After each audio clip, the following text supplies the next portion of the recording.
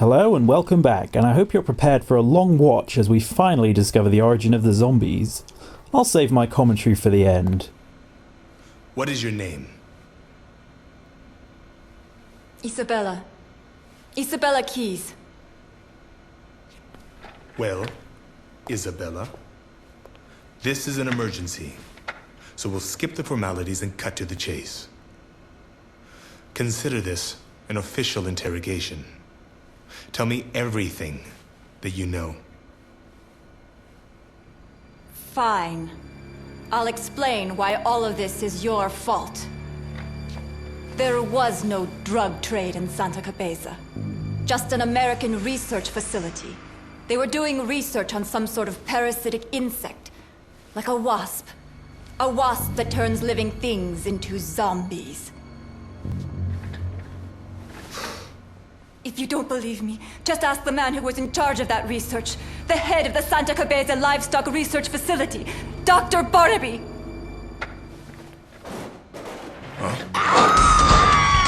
Jesse! It started! He's turning! Hey!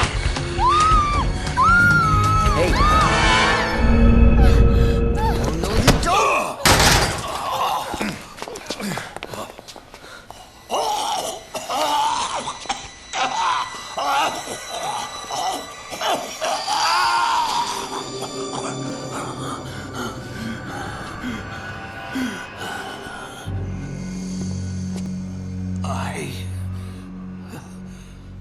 I'm a zombie.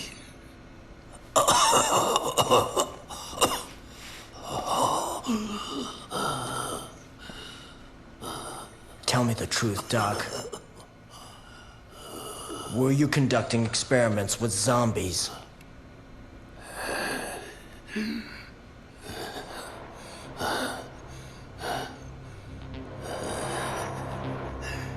Zombies?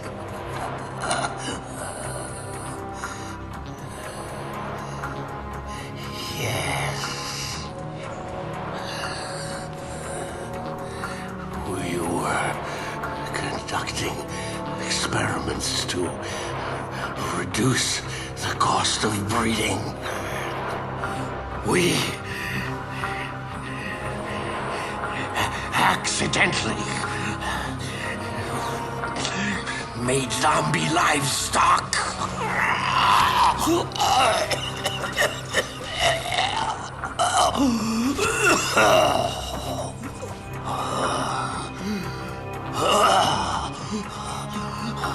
So the government's now in the zombie-making business.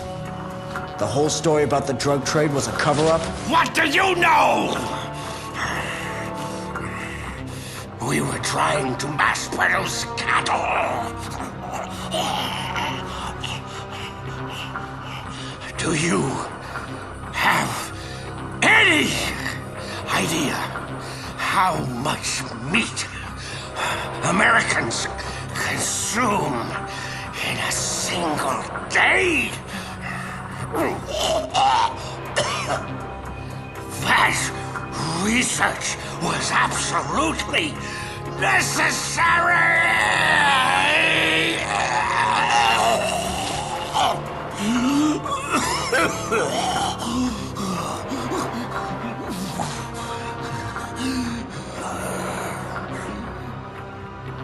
I haven't done anything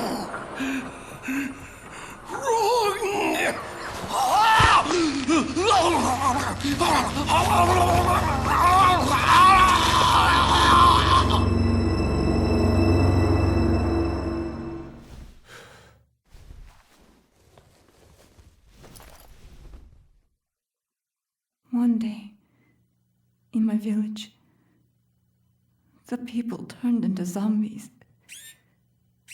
Those damn wasps. They escaped from the lab. It wasn't long before they got to work. Some spread. The army was called in. I killed everyone.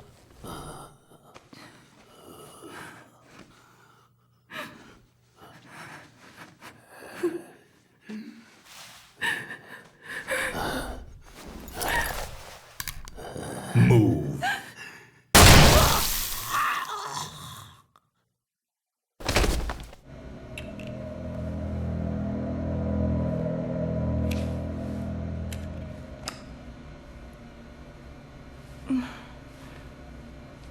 So, the terrorism is a retaliation for a cruel government cover-up.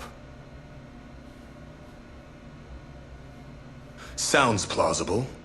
Or it could be some serious bullshit. In either case, we have to get out of here alive if we want to find out for sure. We have to check if she's been bitten. Let me take a look. I'm a medical technician. I could be useful if you let me do my job. I know I have no right to ask, but please, let me help. If you don't get out of here, the truth dies with you. If allowing you to atone for you and your brother's scheme makes things go more smoothly for us, I'm all for it. This is the game's longest cutscene by far, and there's a lot of meat here, get it? So I'll get right into it. This sequence was packed with political meanings, despite the fantastic premise. The idea of zombie wasps is of course pure fiction, but as before in the game, the connections to reality are stronger than you might think. In fact, the concept of a horrific pandemic coming from the demands of cattle farming is actually far from outlandish, thanks to the idiotic short-term logic of the free market. Capitalism often operates on the logic of social Darwinism, so it's only appropriate that the unnatural selection of factory farming might create the bacteria to destroy it. Throughout history, infectious diseases have been the primary killers of human beings, with the 1918 Spanish flu killing 50 to 100 million worldwide, more than the First World War. Alongside vaccination, the discovery and use of penicillin, in government-funded labs, just for the sake of debunking the argument about the innovations of capitalism, was a game-changer which alleviated incalculable suffering. As new antibiotics were discovered, humans remained one step ahead of the evolution of bacterial disease, but they've become harder and harder to develop.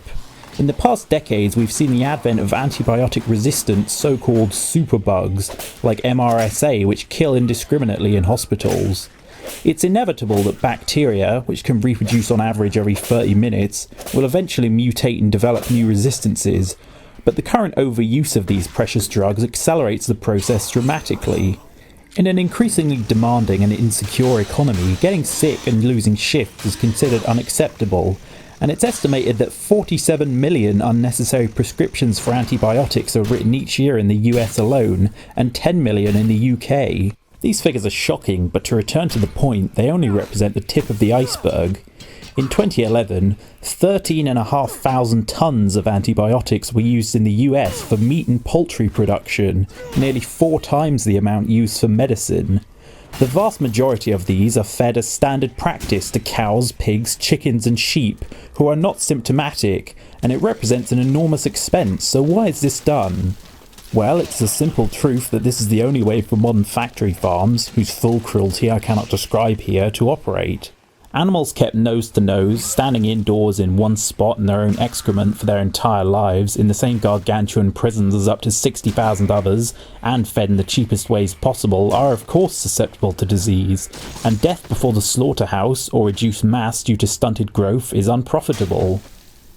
And so, it's for the cause of misery and not mercy that medical antibiotics are being misused, and these farms are tailor-made for the production of drug-resistant bacteria as well as meat. Studies have proven that drug-resistant bacteria is transmitted outside these farms to soil, water and human beings. MRSA is relatively uninfectious and usually preys only on those with compromised immune systems, but why is it that we accept the risk that a drug-resistant form of the Black Death or cholera that could kill millions will develop in these hellish disease incubators purely for the cause of cheap meat?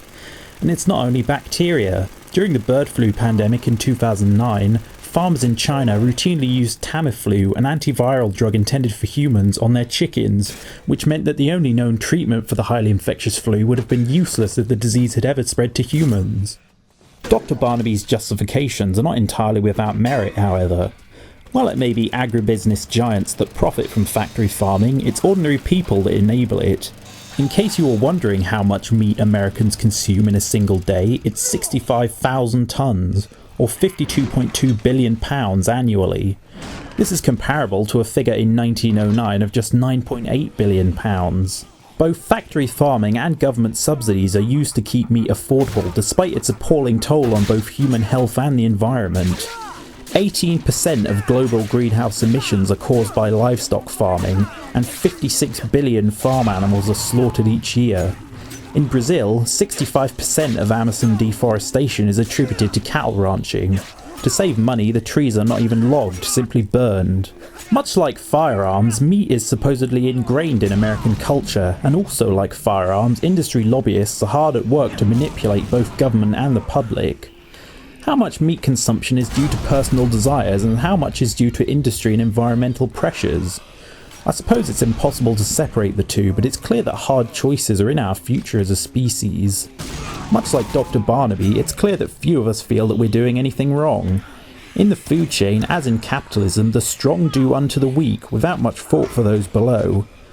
Far away from the CEOs and shareholders who profit, American factory farms are usually located in the poorest communities of the poorest states like North Carolina and Mississippi, and the workers must also tolerate terrible and unsafe conditions. It's estimated that 38% of them are undocumented immigrants, mostly from Mexico.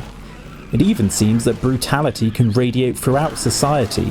One study concluded that counties with slaughterhouses have 4 times the national average of violent arrest, and significantly higher rates of alcoholism, domestic abuse, child abuse, and suicide. Of course, workers outside the West must face even greater exploitation, and it's no surprise that the Santa Cabeza research facility was located by the writers in Latin America instead of in the US. The scenario Isabella recounts encompasses the real-world suffering inflicted on the Third World, both economically and militarily. While I can't point to any zombie containment black ops, Central and South America have been victimized by American capitalism for centuries.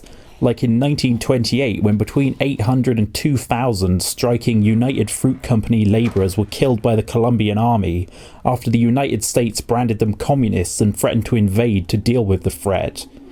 It was impossible to accurately quantify what became known as the Banana Massacre because the army threw the bodies into the sea. The United Fruit Company later became Chiquita, now the largest banana distributor in the US. As late as 2004, the company paid millions of dollars for security to the AUC, a far-right Colombian death squad which murdered hundreds of left-wing labourers, politicians, and union leaders with alleged links to leftist guerrillas FARC, with the tacit approval of many local security services. Colombia's Attorney General even accused Chiquita of using their boats to smuggle 3,400 AK-47 rifles and 4 million rounds of ammunition, but no company directors were ever extradited from the US to face trial at Chiquita or any of the other plantation and cattle ranching corporations which hired the AUC. With this litany of crimes from just one company in just one country, perhaps the only unbelievable aspect of the game's explanation is the idea that the bourgeois capitalists who preside over these crimes ever face punishment like Dr. Barnaby did, or that American intelligence agents like Brad would ever be interested in bringing these scandals to light rather than in covering them up. Apologies for the rant, but since this is the game's central cutscene, I thought it was important to be thorough. We have to be back soon, but this is a good time to finally deal with Sean, and until you do, his cultists will be able to stun and then abduct you before taking all your items and your clothes. Ew.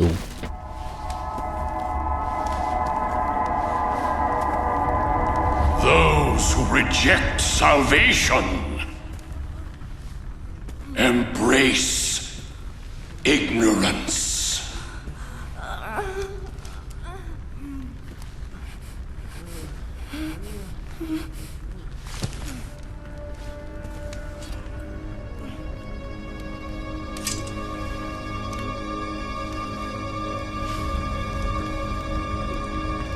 Now I shall return your tainted blood to the foul earth that has spawned you.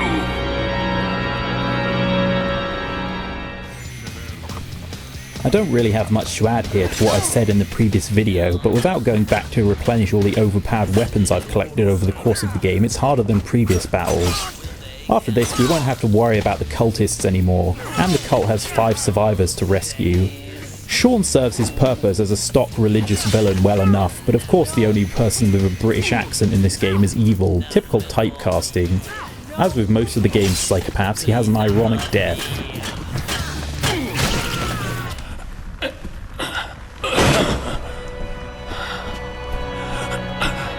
Give me strength. I beseech thee!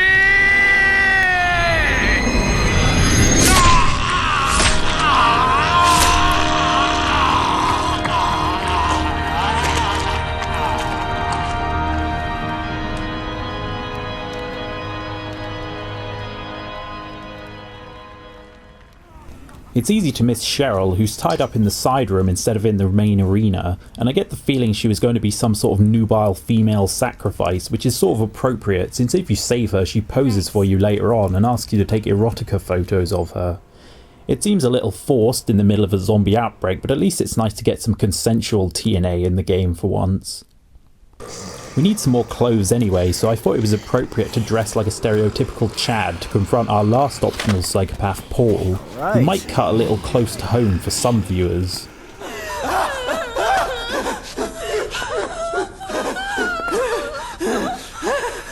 stop! What did we ever do? You do it all the time! You look at me and laugh!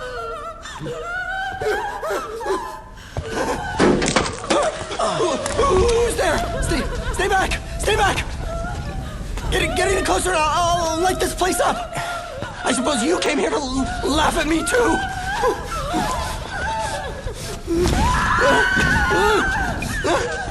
Now, we don't have a lot of information about Paul, so a lot has to be inferred from context, but it seems clear to me that he's a take on the socially awkward young male who we've heard a lot about from all sides.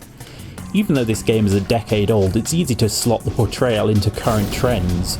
Ultimately, it has to be up to the player whether they see Paul as a troubled teen in need of help who probably hasn't been treated very well by society, or an exaggerated representation of the cliché of neckbeard R9K toxic masculinity in the Elliot Rodgers vein.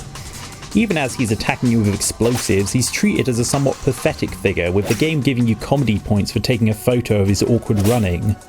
I think that he does epitomise a strange trend in society for even the supposedly progressive to treat lost, unhappy young men without purpose or self-esteem as losers and jokes, at the same time as lamenting the troubles of other disadvantaged groups in society.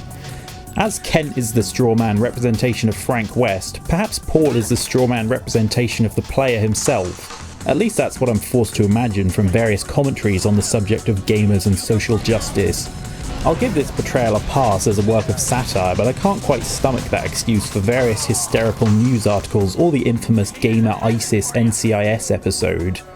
Of course, we must address the fact that gaming and reactionary ideology have become intertwined in some ways, but we shouldn't forget that it was not only the alt-right or MRAs, but also the feminist and social justice community who were responsible for redefining Gamergate from being about long-standing anger about corruption in the industry to some hate campaign against women in gaming. We have to remember that hatred is typically met with hatred and misunderstanding from misrepresentation. It seems that video gaming is now split between the Sargons and the Anitas of the world, and I can only hope that, as in general politics, at some point in the future an egalitarian leftist strain in video game discourse will develop that can diffuse the manufactured gender tensions and redirect the blame for the general reduction in quality and creativity in the gaming industry towards the corporations and empty suit executives who are truly responsible. Stay away from me! Don't come any closer!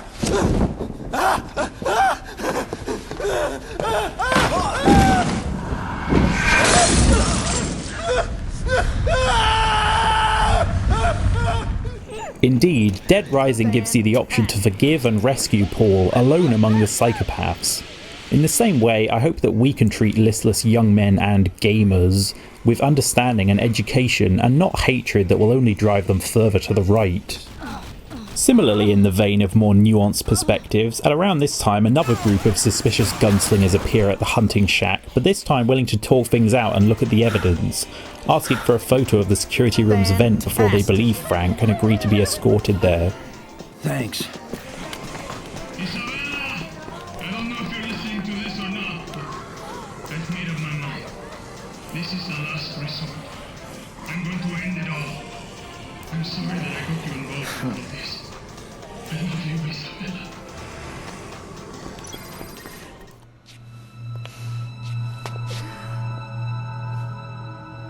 Exactly what is this last resort talk all about?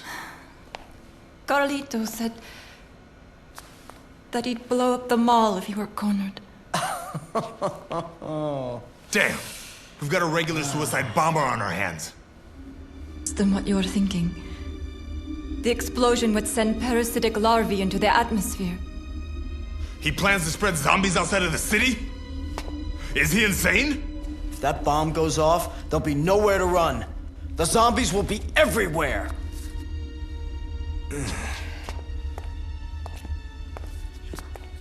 He's planning to flood the area underneath the mall with flammable gas, then set it off. If you could take care of the bombs while the gas concentration is still low. There's a chance we could stop the explosion. Let's do it. Here again, we see the game's ideas of Carlito as a suicide bomber and a terrorist. After we've learned the truth about the outbreak, his actions have some context, if not justification. This is perhaps another, much more serious example of how capitalism drives hatred between groups of people in a cycle of misery. The profit drives of American capitalism demand the destruction of Santa Cabeza, and in his rage, Carlito responds by destroying an American town. When the understandable US response leads to Carlito losing his remaining family, he loses all hope and escalates things to the destruction of the United States as a whole. The tragedy here is that ultimately the people of Santa Cabeza are the victims of American imperialism for the benefit of the elites, but the violence done to their community leads the survivors to a reactionary struggle against the people of the United States as a whole. Of course, I would argue this is a parallel to the wider struggle historically between the West and the Middle East, especially considering when the game came out. In response to the British and French injustices of colonialism and the Sykes-Picot Agreement, Arab pan-nationalism developed, including leftist tendencies like Baathism. These were broadly a rejection of Western influence and the desire to build up a stable and prosperous Middle Eastern region. But as some oil-rich nations looked towards the Soviet Union, the capitalist world, and in particular America and Israel, destabilized the region, fractured Arab unity, and assassinated legitimate leaders in favor of religious extremists. In this way, the constructive and reasonable reaction to the brutalities of the West was destroyed, and in its place the dogmatic and self-destructive ideology of Islamism was fostered. Islamists now strike blindly against the West, only managing to kill the innocent, and in response, America kills innocents and destroys the remaining secular leaders of the Middle East. Since neither side is driven by an honest attempt to solve the problems, with the Islamists only wanting glorious martyrdom and the impossible dream of a caliphate stretching from Spain to India, and America's leaders wanting to profit from the continued destruction through oil rights, weapons sales and reconstruction contracts, the conflict can never be solved and the violence will continue as long as it is profitable. Mainstream society is quick to criticize Islamic extremists, but it's less open to understanding the violence dealt out by the West's leaders, so there can never be an honest negotiation or reconciliation between the two sides.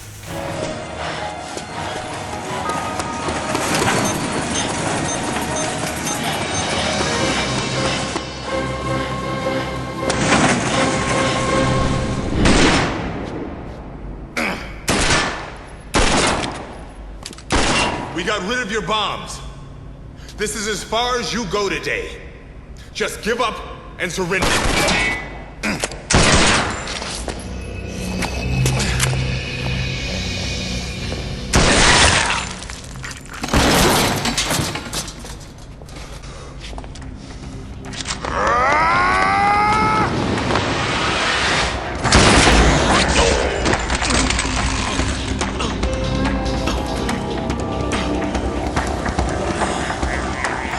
Your terrorist days are over, Carlito. You're finished.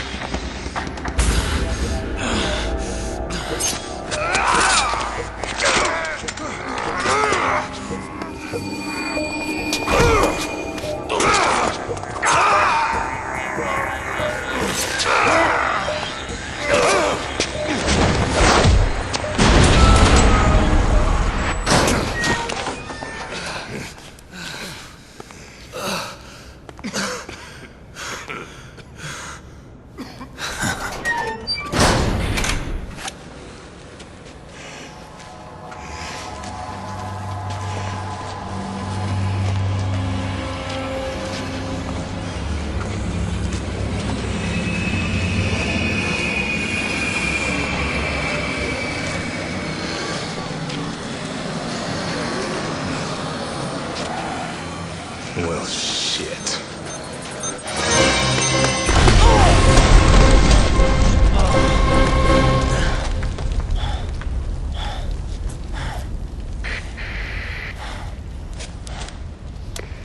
Frank, sounds like you took care of the bombs.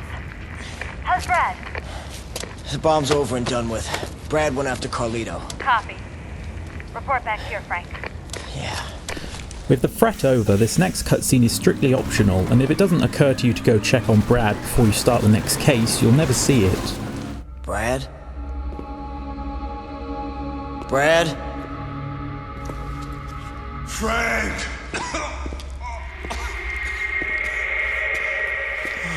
Don't get any closer. Stay away, Frank. Don't get near me. What's the matter, Brad? Are you hurt? I'm coming over there, Brad. We'll go back together. If you're hurt, we'll patch you up.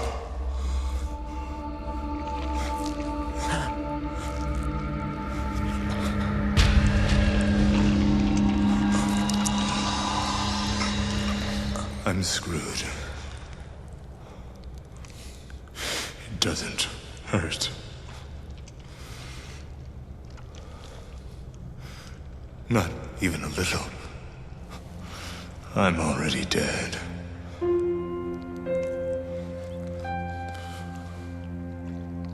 Frank.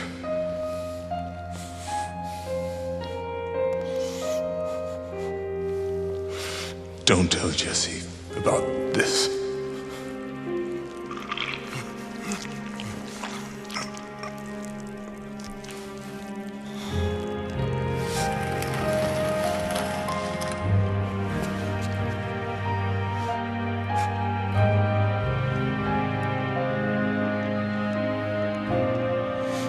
You know, for a Fed, he actually seemed like a good guy, and I honestly felt a little sad even replaying this bit. Rest in peace, Brad. But even in an emotional scene like this, we see the game's encouragement of voyeurism, with an achievement awarded for snapping a photo of the zombified Brad. I know I've said this for every single episode until now, but next time I really do think will be the end of Dead Rising. Hopefully my next few videos will come out a bit faster, since I plan to do more 10-minute reviews of left-leaning games, but until then, see you on the next episode of Political Video Games Analysis. Thank you for watching, and if you enjoyed this video, please rate, comment and subscribe, and if you really liked it, you can donate to my Patreon. See you next time.